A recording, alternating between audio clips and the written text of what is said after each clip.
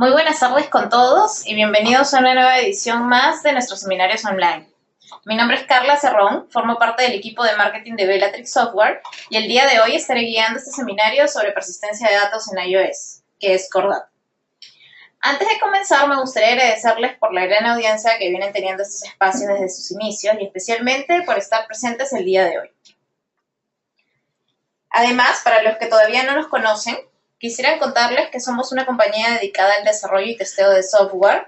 Esta compañía fue fundada en el año 93 en Mendoza, Argentina, y con el tiempo se fue expandiendo en Latinoamérica, inaugurando centros de desarrollo en Lima en el año 2011, Buenos Aires a fines del 2014, y recientemente anunciando la apertura de nuestra cuarta sede en Bogotá, Colombia.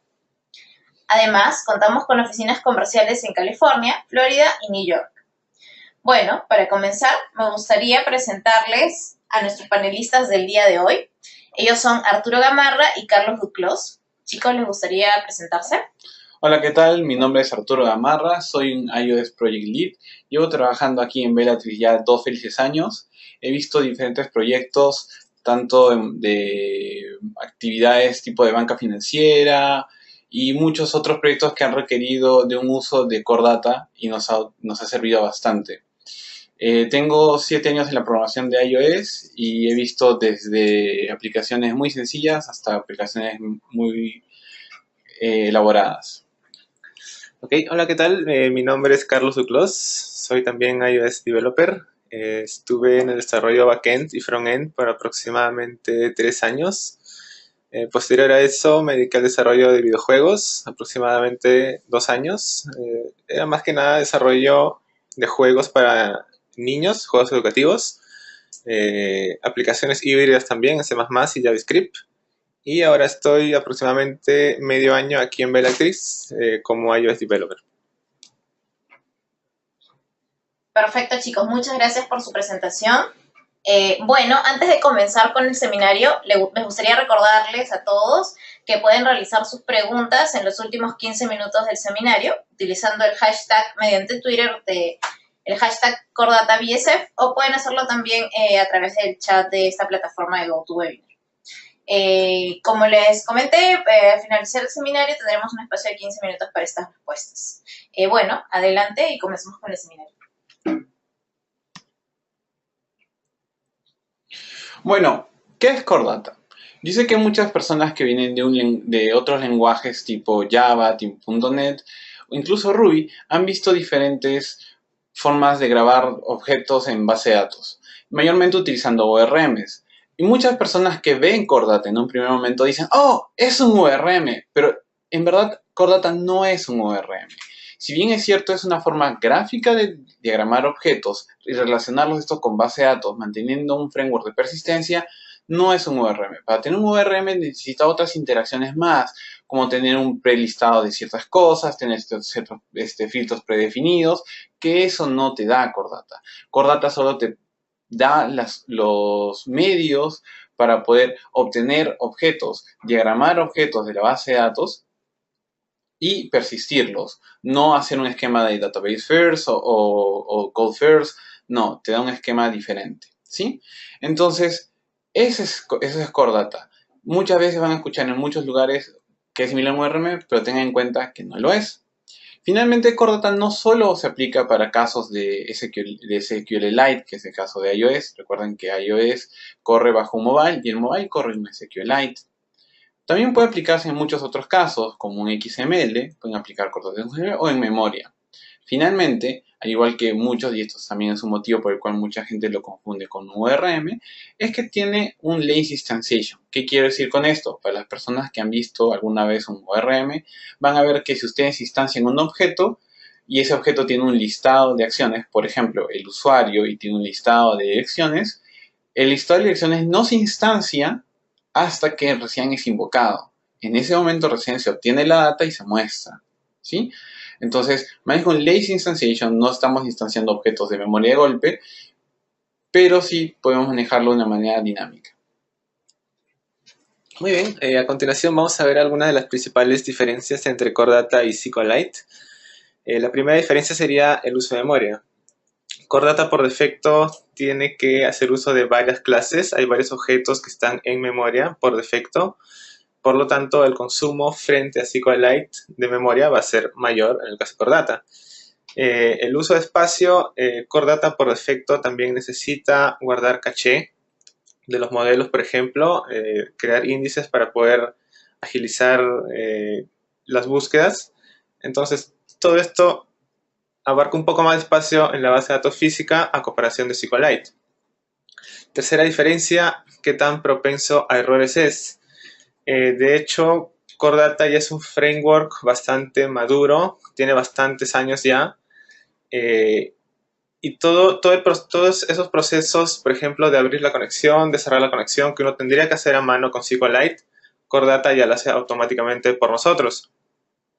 Por lo tanto, si es que uno tendría que hacer todos esos procesos en SQLite a mano, de repente hacer los insert, los deletes, crear la tabla desde cero, podría por ahí generar algún tipo de problemas y de repente podríamos demorarnos más a la hora de desarrollar una aplicación.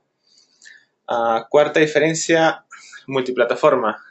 Core Data solamente está disponible para iOS y Mac, a diferencia de SQLite, que está disponible prácticamente en todos los entornos. Uno puede usarlo en Android, en iOS, en Mac, en desktop, en un web browser también. Por lo tanto, es más, uno puede usarlo en más plataformas. Por ejemplo, si yo estuviese desarrollando alguna aplicación híbrida, ya sea en JavaScript, en C++, quizá lo más lógico sería usar una base de datos SQLite pura y de repente con una librería en C++. ¿Para qué? Para poder hacer solamente un solo desarrollo y no dos. Quinta diferencia, la curva de aprendizaje. En el caso de Core Data hay bastantes clases, bastantes tipos de configuración que uno puede hacerle. Uno puede tener quizá distintos persistent stores, puede manejar background context, main context, que lo vamos a ver más adelante también. Entonces hay varias cosas que uno tiene que aprender, por lo tanto es posible que se haga difícil al principio, pero cuando uno lo domina es de bastante ayuda y agiliza bastante el desarrollo de las aplicaciones. Sexta diferencia, la flexibilidad. Quizás es una de las diferencias más importantes también porque a diferencia de SQLite, que no nos permite, por ejemplo, usar transactions, Core Data nos permite poder mantener data temporal sin que se inserte en la base de datos. Entonces yo puedo manipular toda esta data, puedo hacer mis inserts, mis updates, mis deletes de la manera que yo quiera y solamente cuando yo esté listo ya para poder persistir esa data físicamente en la base de datos, lo puedo hacer con una línea de comando. Pero si no quisiera eso, simplemente cancelaría ese contexto y listo.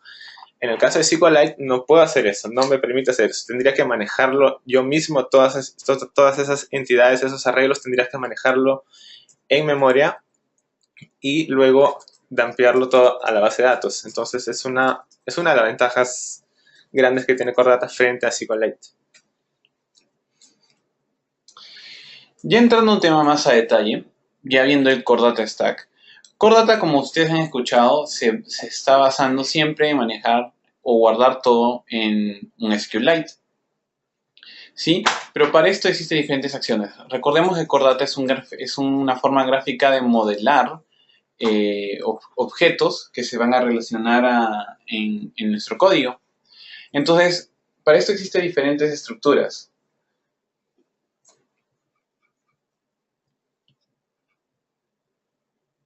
Un ratito, ok. ¿Pueden ver la pantalla? Supongo que sí. A ver. Ya. Para eso pueden ver diferentes estructuras.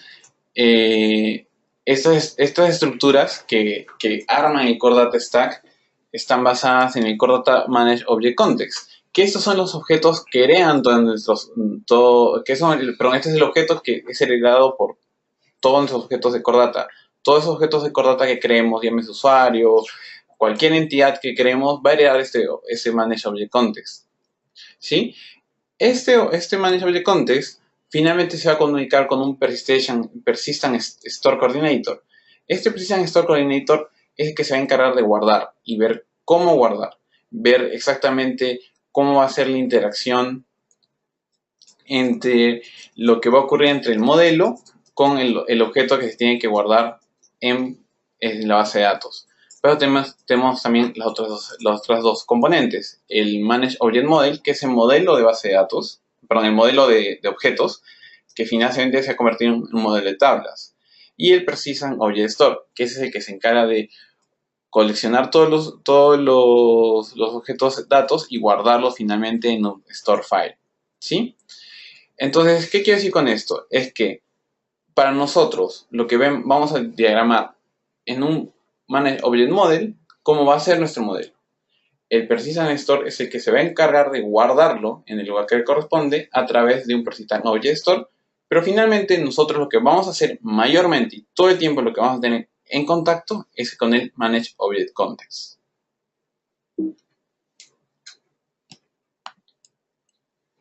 Muy bien. A continuación tenemos un ejemplo de un modelo que es bastante sencillo, con 7 entidades. Tenemos, por ejemplo, una película. La película tiene cierto género. Tenemos también una serie que tiene, de repente, seasons, temporadas. Así como también tenemos shows. Entonces, este es un modelo bastante sencillo y de aquí yo quisiera destacar 7 puntos. El primer punto es el uso de atributos. Como cualquier base de datos, nosotros podemos crear atributos, podemos especificarles a cada uno qué tipo de datos tienen, si son dates, si son enteros, decimales, string, etc. Segundo punto, lo que son relationships. Yo puedo especificar, en el caso de movie, que tenga un género y puedo apuntar hacia qué entidad lo quiero relacionar. En este caso sería con movie con género, ¿no? Entonces sería una relación de uno a muchos. Tercer punto, lo que es, por ejemplo, los parent entity. En Core Data te permite una manera de poder heredar atributos de una entidad a otra. Entonces, por ejemplo, si vemos la entidad Media Object, vemos que Media Object es el parent entity de Movie y TV Series. Entonces, para no crear esos atributos en la tabla Movie y en la tabla TV Series, mejor creamos una entidad separada y hacemos que herede de esta entidad padre. El cuarto punto que quisiera tocar es el uso de constraints. Como en cualquier base de datos, también nosotros podemos especificar que cierto atributo sea único, por ejemplo. De repente el nombre de una serie no se va a repetir, entonces podría crear un constraint en el atributo name. Quinto punto que quisiera tocar es lo que son los fetched properties. Un fetched property es básicamente un atributo calculado. Entonces yo puedo crear un fetched property a mi tabla género, por ejemplo, y puedo crear un filtro en ese fetched property. Por ejemplo, si yo siempre quiero mostrar en mi aplicación una lista de películas, de movies, que pertenecen, digamos, al año 2015, yo podría crear ese filtro en mi fetched property y por código yo podría poner género punto el nombre de mi fetched property y ya sería automáticamente ese filtro por mí. Sexto punto que quería tocar, lo que es el uso de blobs. Core Data te permite usar blobs como atributos y un feature interesante de Core Data es que Core Data puede autodetectar si es que ese atributo pesa más de 1 mega. Si es que pesa más de 1 mega, automáticamente lo va a separar de la base de datos física y lo va a almacenar en otro lado. Entonces, de esa manera, vamos a hacer que la base de datos no pese tanto y nuestras búsquedas se agilicen. Pero 1 mega también es una cantidad un poco grande si es que consideramos tener una tabla con varios registros. Entonces, de repente sería inteligente usar ese feature solamente en tablas que tengan pocas filas. Y último punto, séptimo punto, el tema de versionamiento. Uno puede tener diferentes versiones del modelo y algo interesante de Core Data es que si es que yo quiero de repente actualizar mi aplicación a un modelo 2 y de repente yo quiero crear más atributos a una tabla existente, quiero agregar una relación o agregar más entidades, yo a Core Data le puedo decir que automigre todos estos cambios a la base de datos ya existente en mi aplicación. Entonces es tan fácil como especificar con una línea de código este tipo de feature y no tengo que hacer absolutamente nada más, no tengo que estar creando ningún insert de tablas ni nada por el estilo, que lo tendría que hacer, por ejemplo, con SQLite. Entonces es un feature bastante interesante y bastante útil. Bueno, sé que tienen muchas dudas y preguntas y sé que han sido bombardeados de conocimientos en estos momentos, pero tranquilícense, because it's demo time. So, en esta ocasión iremos a acá tenemos un proyecto ya formulado con Core Data, pero antes de eso vamos a mostrarle algo importante e interesante de Core Data. Ustedes cuando crean una nueva aplicación, van y crean un nuevo proyecto. Por ejemplo, este es Core Data. ¿Ok? Vamos a poner que sea Swift, es un proyecto universal, y si se dan cuenta que hay un check que dice Core Data. Eso quiere decir que Xcode, de por sí, va a crear ciertos componentes o va a instanciar ciertas clases que se encargan de gestionar o de setear todo el comportamiento inicial de Core Data.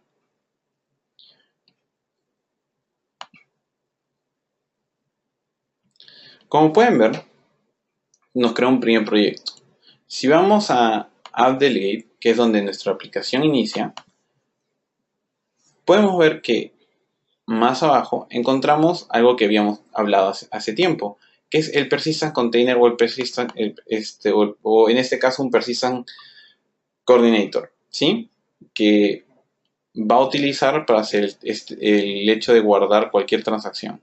Si bien es cierto, este código que se ha creado es mejorado para iOS 10, por eso si esto lo abren en un proyecto o crean un proyecto nuevo con iOS 9, van a haber diferentes clases y van a haber un montón más de acciones.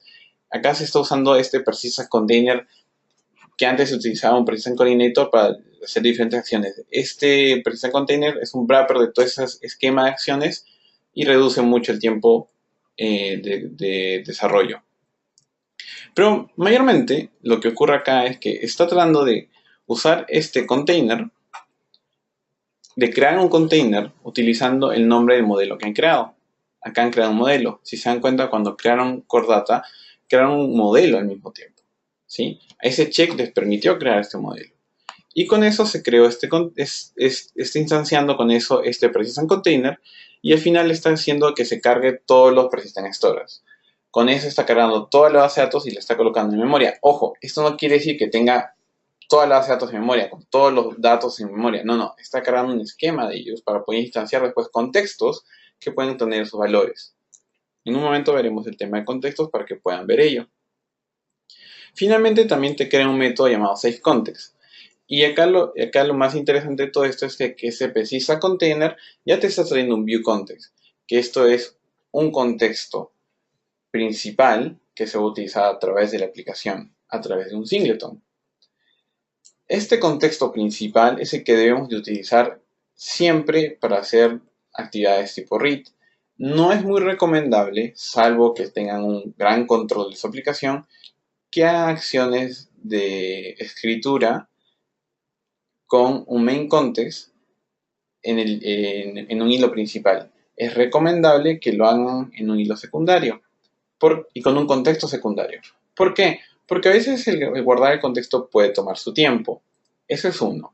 Dos, es que cuando usan un contexto principal, están utilizando acciones que pueden haber ocurrido también en otras interfaces. Es decir, puede ser que en una pantalla 1 que está en el home, yo haya hecho alguna edición y no lo haya guardado. Vaya a otra pantalla, haya una edición y no lo haya guardado, finalmente llega a extra y la guarde. Entonces puede ser que esos dos otros cambios que yo he hecho no los desee guardar, pero estoy guardando en bloque. ¿Por qué? Porque Core Data maneja esto, maneja una idea de Unity of Work. Cuando graba, guarda todo lo que está en memoria. Lo que nosotros hacemos es guardar todo en memoria y una vez que hacemos el Save Changes, plum, los que han manejado ORMs van a entender este concepto. Es por eso que mucha gente se confunde con un ORM, ¿sí? Entonces, volvemos a este punto. Si ustedes se dan cuenta, acá el contexto está preguntándose cambios. Y una vez que se da cuenta de que hay cambios, dice guardar. Este guardar es un guardar ya físico, ya no es lógico, ya no está guardando en memoria, está yendo directamente a un SQLite a guardar. En nuestro caso, nosotros tenemos acá un proyecto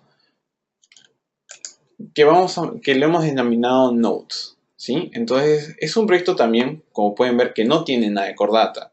Es un proyecto que ha sido creado y recién vamos a agregar Core Data. Entonces, lo que vamos a hacer ahora es crear también un Core Data desde el inicio.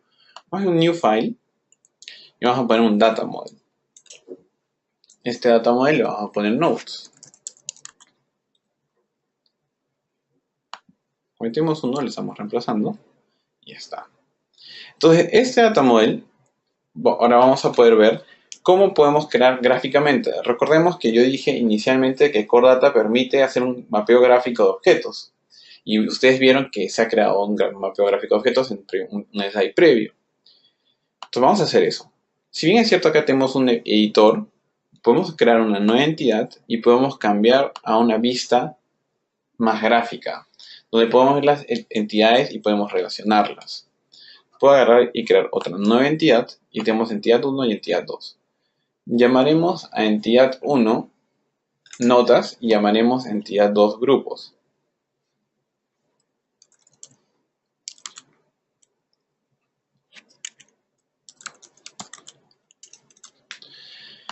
En notas,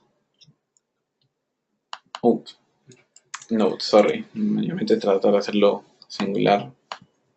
En notas, lo que añadiremos es un body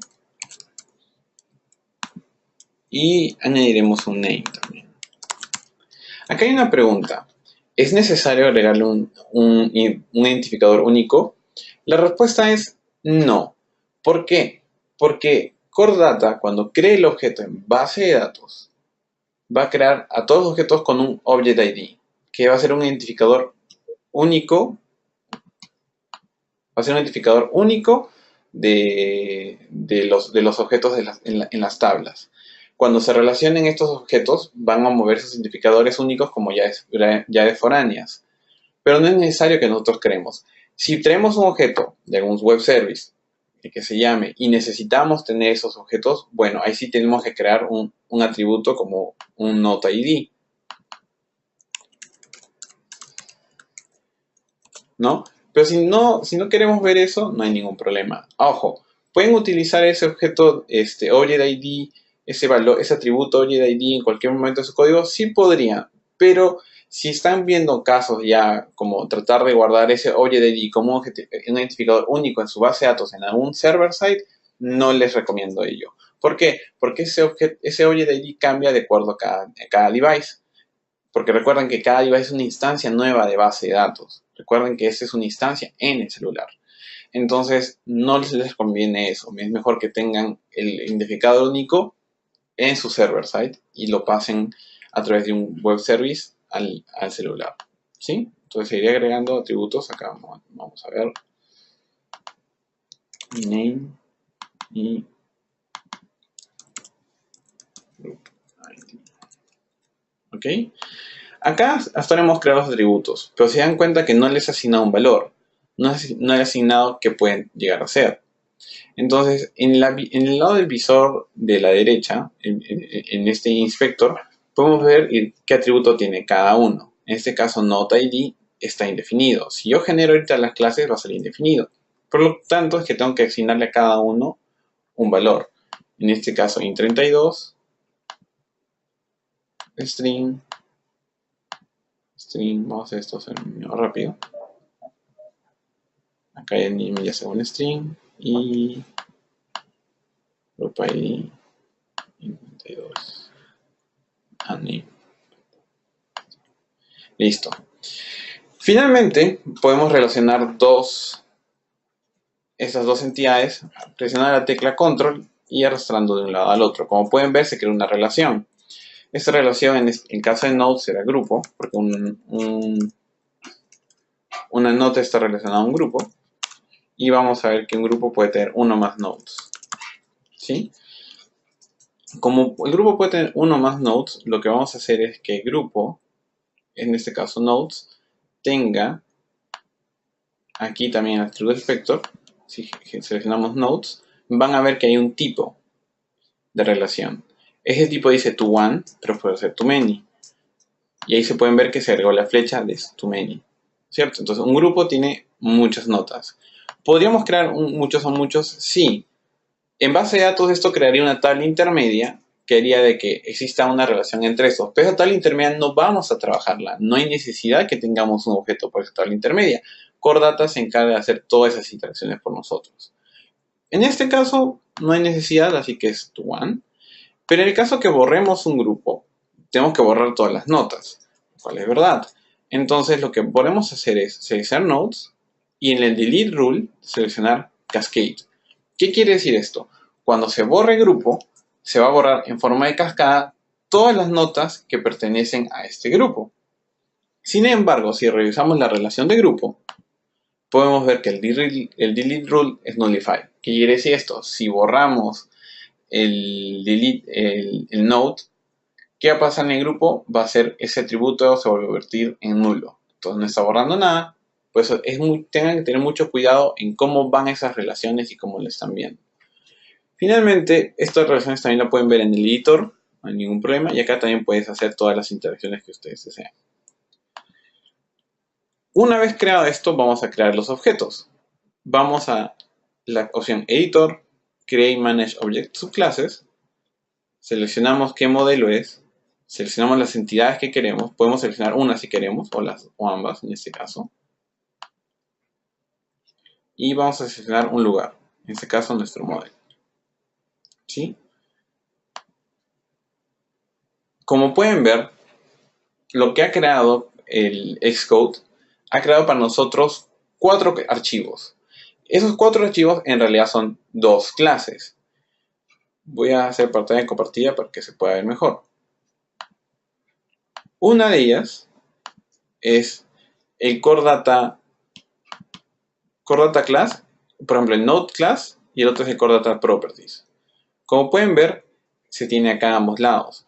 Por ahorita vimos el tema de por qué no está mostrando esos errores. En un momento vamos a volverlo a ver. Pero, como pueden ver, se está acá creando cada objeto. Estos son los atributos y estas son algunas extensiones. Esta es una extensión que puedo crear. Están los dos en properties. Vamos acá a hacer no la control part, sino el data class. Entonces, ¿qué ocurre? En este data class yo puedo agregar y asignar más métodos. Si quiero crear una propiedad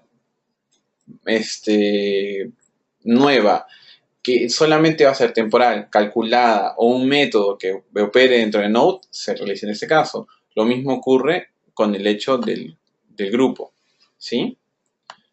Entonces ahora nosotros lo que vamos a hacer es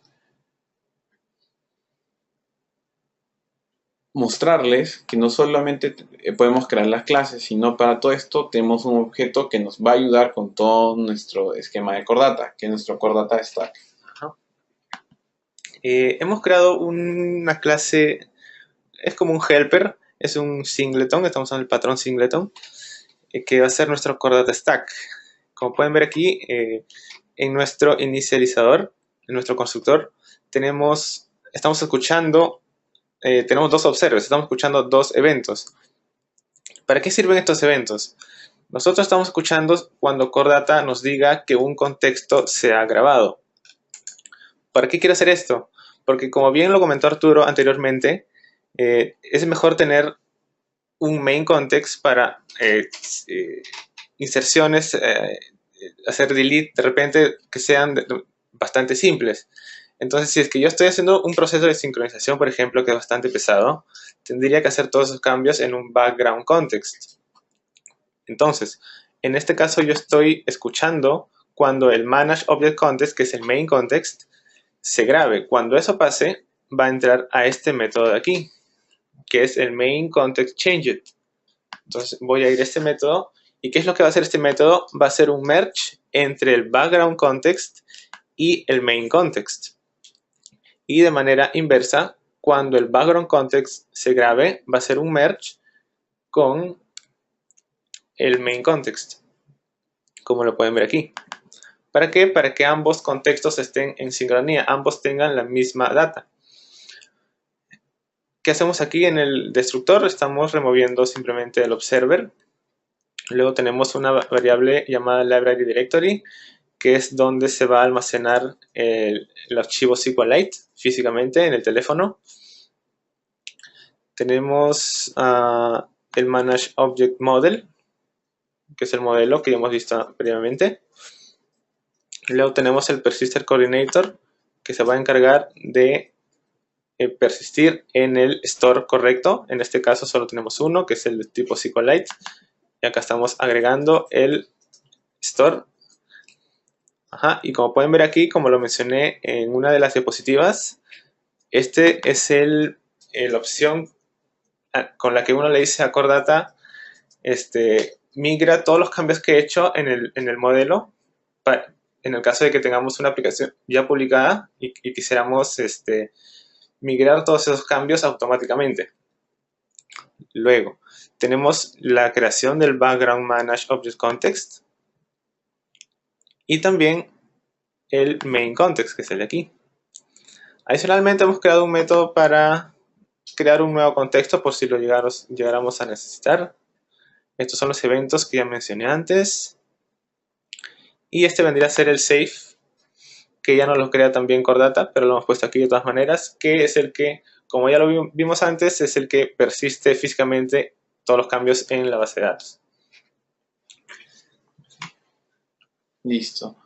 Ahora lo que haremos es crear un método explicándoles cómo funciona esta clase adicional. Core Data Class. ¿Sí? Entonces, por ejemplo, nosotros lo que vamos a tener es, en notas, vamos a tener un listado, vamos a mostrar un listado de notas, pero queremos tener este listado de notas por grupo. Entonces, lo que haremos es ahorita crear un class method que nos obtenga todos los nodes by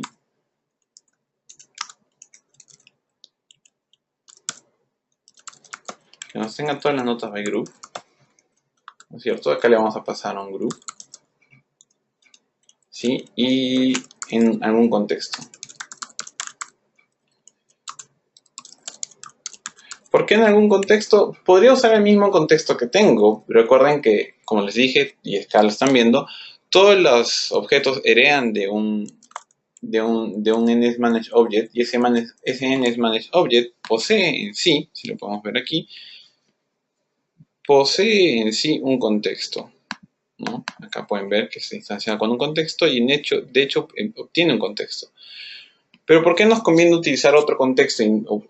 Bueno, y esto que es un class method, es porque aún así sea un método de instancia, es porque nos permite manejar cualquier interacción con otros contextos.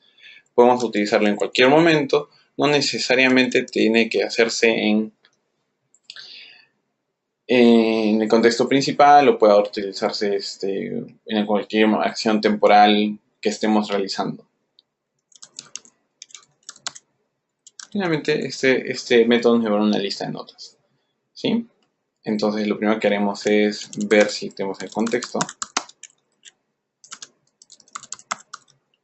Si tenemos un contexto, lo que vamos a hacer es crear un nuevo y sacarlo de Core Data Stack.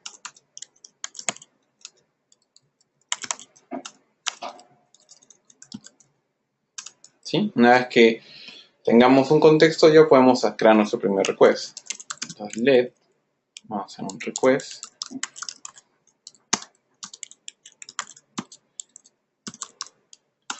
Aquí es donde viene el otro punto importante. Core Data se maneja a través de algo llamado fetch request. Cada fetch request lo que está haciendo es crear un query por lo bajo. Si vemos detalle a detalle qué es lo que va a hacer este fetch request, está creando un query para llamar a la base de datos y traernos algo. En este caso, este fetch request está basado en una entidad. Me parece que es eso, sí. String.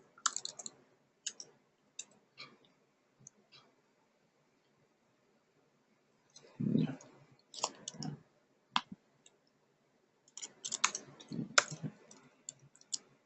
Sí. Mode y en vamos a ver.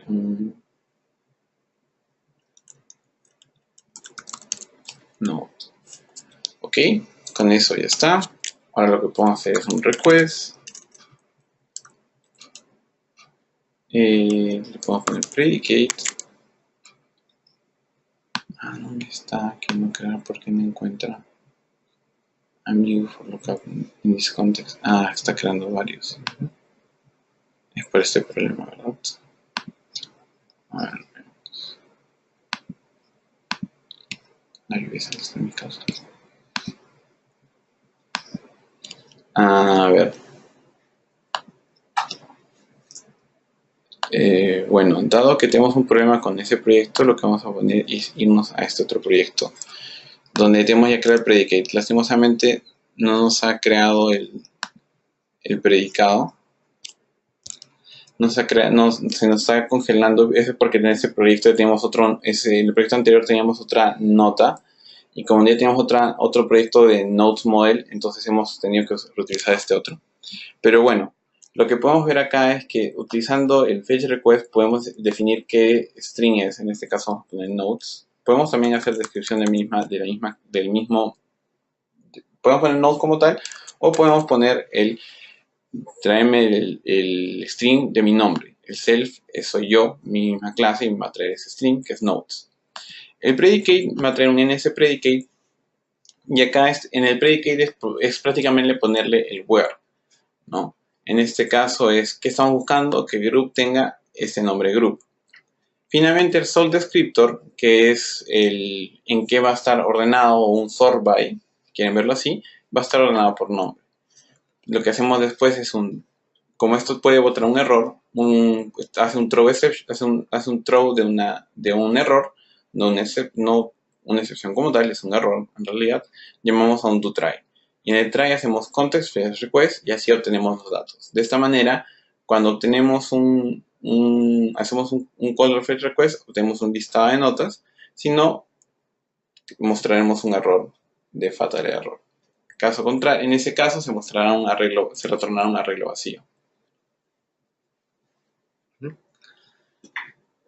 Ok.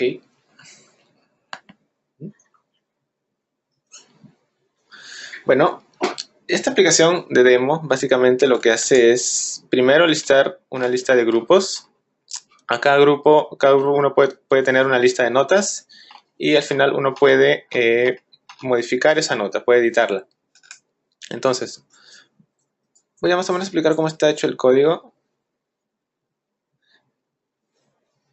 Entonces, lo primero que se hace apenas se muestra este controller, esta vista de grupos, es llamar a, como pueden ver aquí, a getAll. O sea, voy a obtener todos los grupos que hay en la base de datos ordenados por nombre. Esta acción de add_tabbed es cuando quiero agregar un nuevo grupo. Entonces acá tengo las acciones de cancel, que simplemente cerraría el pop-up. Y acá está el confirm action, que es cuando le dé confirm, que básicamente lo que va a hacer es capturar lo que he ingresado en el text field, que es el nombre del grupo. Voy a crearlo, instanciarlo de esta manera y luego voy a hacer save en el contexto para poder persistirlo.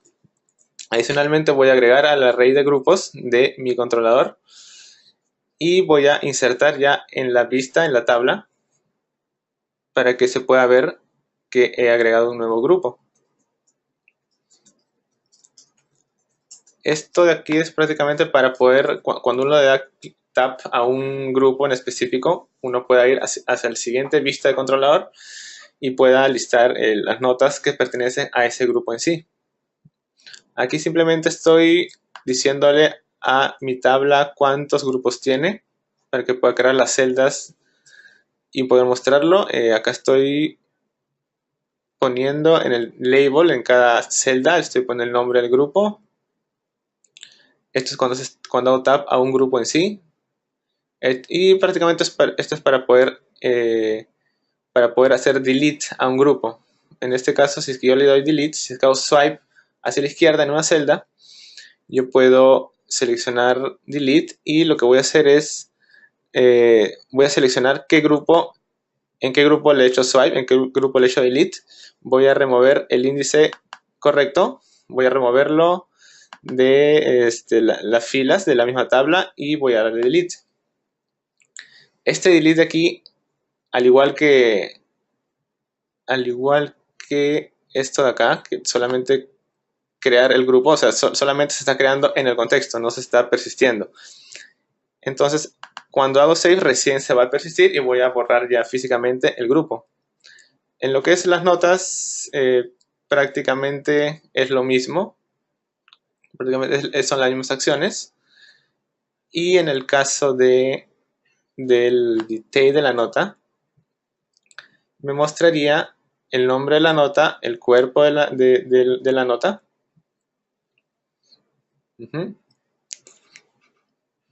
Y acá lo que estoy haciendo es mostrar el nombre de la nota, el cuerpo de la nota, y cuando uno le da save, voy a poder persistir en la base de datos. Y automáticamente voy a hacer pop view controller, que es simplemente regresar a la vista anterior. Entonces voy a correr el proyecto.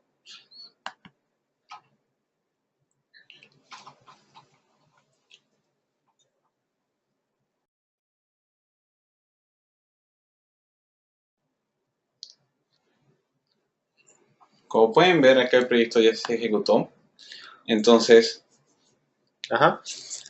Entonces, por defecto hemos precargado 3 grupos, ¿no? Uno puede, como bien lo dije, puede agregar un nuevo grupo. Podría agregar un grupo 4 de repente.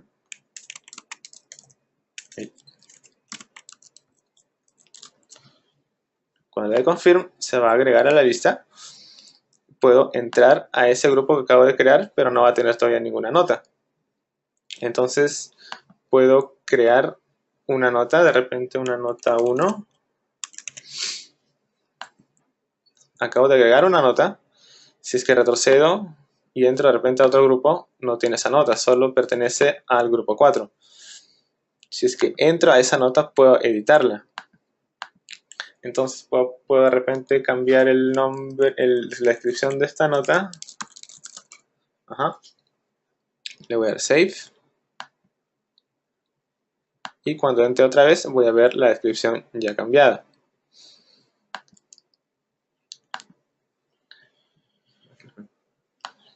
mayormente esos son los temas que vamos a tocar por el día de hoy. Ahora lo que vamos a ver es un tema de más detalle sobre ciertas librerías que pueden utilizar, que puede servir mucho en manejo de Core Data.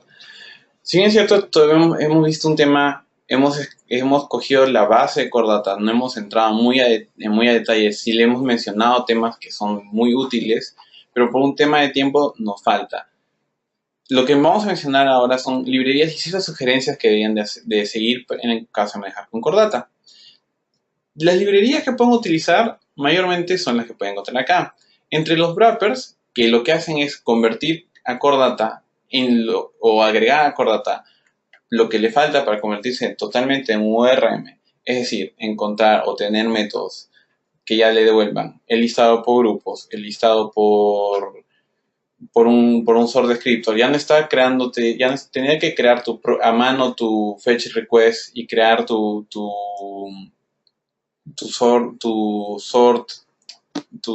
sort y crear también tu propio predicate. En vez de eso, ellos ya lo hacen todo por ti, de tal manera que tú manejes qué atributo es el que quieres buscar. Para eso tienes a Magical Record, que permite hacer todas esas acciones. Object Record, que también es bien similar. Ese Data Kit. Si tienes manejos de Reactive Cocoa, has manejado Reactive, has manejado Functional Programming, Reactive Core Data es muy bueno para ti también. En el caso de que hayan visto o vengan del mundo de .NET y les guste usar Land Expressions o ese tipo de acciones, tienen iOS Curable. No van a tener un Land Expression per se, pero van a tener una idea de qué es un iCurable. También tenemos muchos adapters. Estos adapters permiten no solo darle el valor agregado para convertir un ORM, sino ya hacer otro tipo de interacciones. Por ejemplo, RESTKit con AF Incremental Store, lo que hacen es guardar en Core Data automáticamente ciertos requests de servicios. Ya no hay necesidad de crear una capa intermedia, no hay necesidad de que tú por tu propia cuenta le estés guardando en algún archivo, haciendo un wrapper entre un objeto de un JSON y el elemento de core data. No, sino que estos ya se encargan de hacer toda esta transacción en un solo golpe. También por eso tienes RESTful Core Data, Mantle, y finalmente tienes en Utilities el Mod Generator, que es similar al generador que hemos utilizado, pero en diferentes acciones que les permite crear diferentes también relaciones, ¿no? Y eso sería todo por nuestro lado. Perfecto, chicos, muchas gracias por la presentación. A todas las personas que nos están oyendo, recuerden que pueden enviarnos sus preguntas a través del hashtag CoreDataBSF mediante Twitter o también a través de la página de GoToWebinar. Bien, revisaremos ahora las preguntas.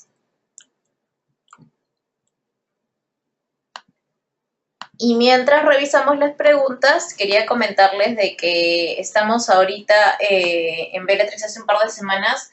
Hemos lanzado el desafío mobile, no sé si muchos de ustedes lo conocen. Son una serie de desafíos en Android y en iOS que, bueno, semana a semana se van a estar publicando, son más o menos un nivel intermedio en esas tecnologías. Y nada, el que mayor puntaje tenga al final de las 6 semanas se va a hacer acreedora de un smartwatch Huawei que está muy lindo, que ya lo tenemos. Así que los invito a participar, no les cuesta nada, solamente por un poco de conocimiento que tienen. Y eso es todo. Bueno, entonces vamos a empezar con la parte de preguntas. Cualquiera. ¿Qué ventaja tiene sobre Couchbase? Bueno, ahí sí no sabría decirte porque no he utilizado Couchbase. Tendría que revisarlo y decirte. Lo que sí te puedo decir que Core Data es muy ventajoso en los temas de manejo de entidades y cómo mapear objetos y utilizarlos rápidamente. Fuera de que es un framework respaldado por Apple mismo y que ya siempre está siendo tuneado para hacer los requests cada vez más rápidos. Cuando uso Couchbase no podría decirte cuál es la gran diferencia en realidad. Bien. Luego hay otra pregunta que vino con los registros al webinar, que es ¿cuál es la diferencia entre Core Data y Realm? Bueno. Hay una gran diferencia en estos dos. Core Data sirve para tener data estructurada. Se dan cuenta, estos terminan en un SQLite. Realm no. Realm es para tener data NoSQL. Entonces, de acuerdo a cómo sea tu proyecto, es como vas a elaborar tu estrategia. Si tú tienes una gran cantidad de data no relacional, que en realidad son acciones que van por su lado, no es necesario que creas un Core Data. Puede ser que al final te termine complicando la existencia y sea más fácil un Realm. Pero al mismo tiempo puede ser que ya tú tengas un proyecto que tiene varias relaciones, varias entidades que se relacionan de uno a otro, y por ende necesitas un modelo relacional. Entonces, al necesitar un modelo relacional, es mejor que tengas, en ese caso, un Core Data. Todo depende del proyecto que estés organizando y las tareas que estés realizando. ¿Qué frameworks para pruebas unitarias con Core Data? Existe, si mal no recuerdo, Quick y Kiwi, si mal no recuerdo, son frameworks bastante usados.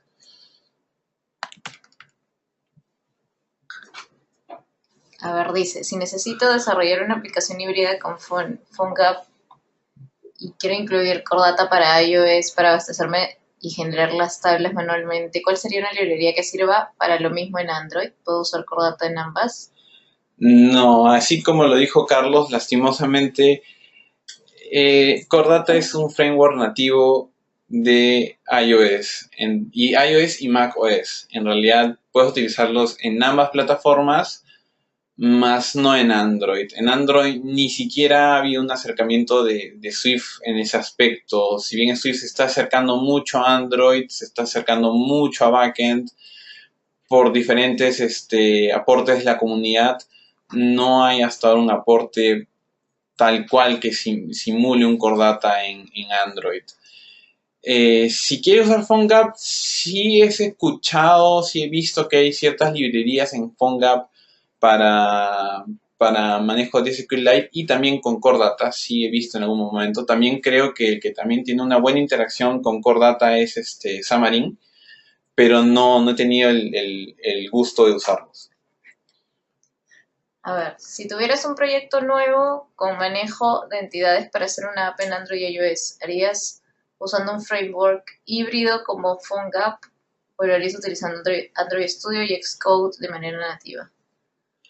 A ver, ahí de nuevo volvemos al mismo punto. Depende qué es lo que quieras hacer y de qué ventajas quieras obtener.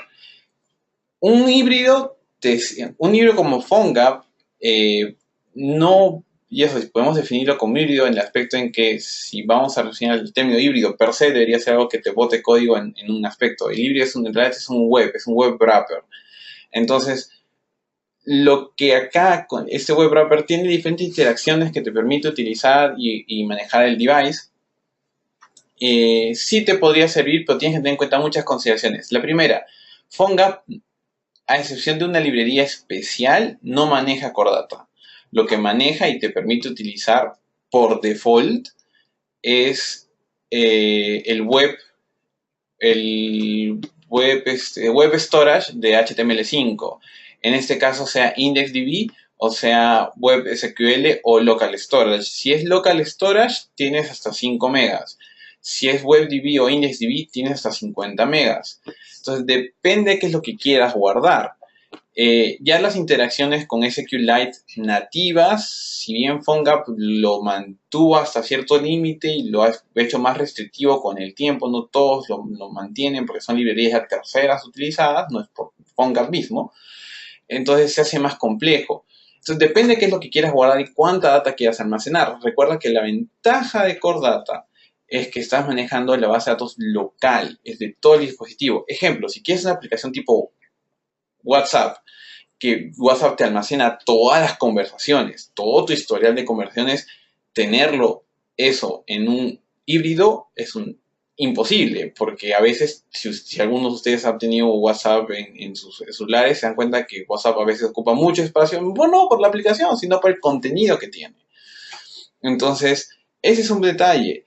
Otro es, bueno, también ya son los temas de cuándo usar un híbrido. No, es qué vas a hacer, si es que en verdad vas a utilizar mucho render o no, ya son otros temas, ¿no? Pero en cuanto a base de datos, ese es el detalle que tienes que tener en cuenta. Espacio y qué va a ser tu aplicación.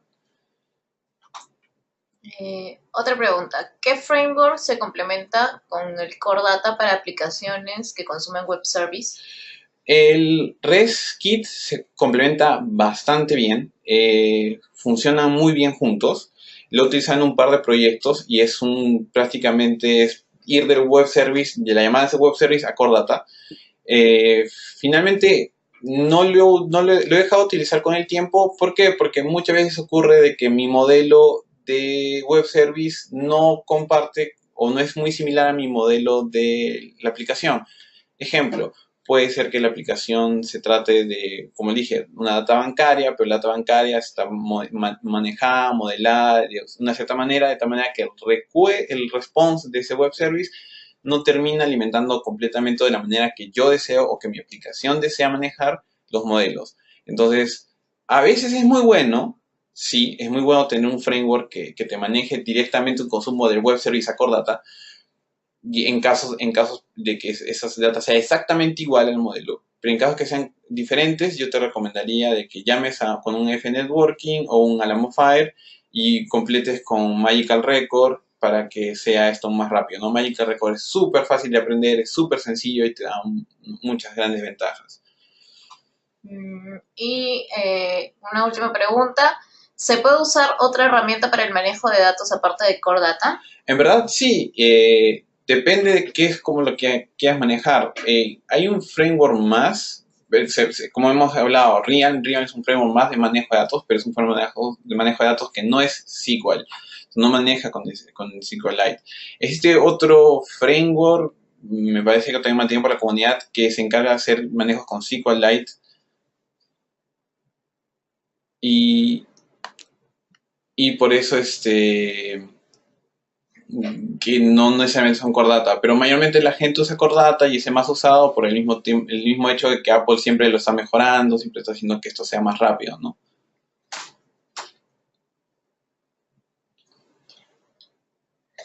Y una última pregunta, ponen, ¿hay algún tutorial web que recomienden para aprender a fondo Core Data? Sí, en realidad hay algo que siempre recomendaré a todos, que es el curso de Stanford en iTunes University. Ahí hay un curso o hay una clase de 1 hora completa, no, más de 1 hora en realidad, casi 2 horas, donde se explica Core Data, se da ejemplos, y no, me parece que no son una clase, no son 2, 3, 4 clases, donde se inicia desde lo más básico hasta lo más avanzado y se van viendo diferentes esquemas, diferentes acciones que se puede hacer con Core Data, perdón. Y otro siempre está Ray Wenderlich. Ray Wenderlich es una página muy, muy usada y que tiene muy buenos tutoriales. Perfecto. Muchas gracias a todos los que hicieron preguntas. Hemos concluido con la parte de las preguntas. Y bueno, queremos agradecer mucho a ambos, a Arturo y a Carlos, por haber respondido estas preguntas y también por haber dado este seminario tan instructivo para todas las personas que están ahondando en la parte de iOS. Quiero aprovechar también para comunicarles a las personas que están en los últimos ciclos de facultad de las carreras de sistemas de software. Hemos lanzado las convocatorias para el casting 2017 para que realicen pasantías y prácticas en Bellatrix. Esto está en Lima, en Buenos Aires y en Mendoza. Así que para los que estén interesados, ingresen a jobs.bellatrixsf.com y pueden encontrar este entrenamiento y prácticas en Bellatrix. Bueno, eso es todo. Muchas gracias a todos los que nos han oído y que tengan un buen día.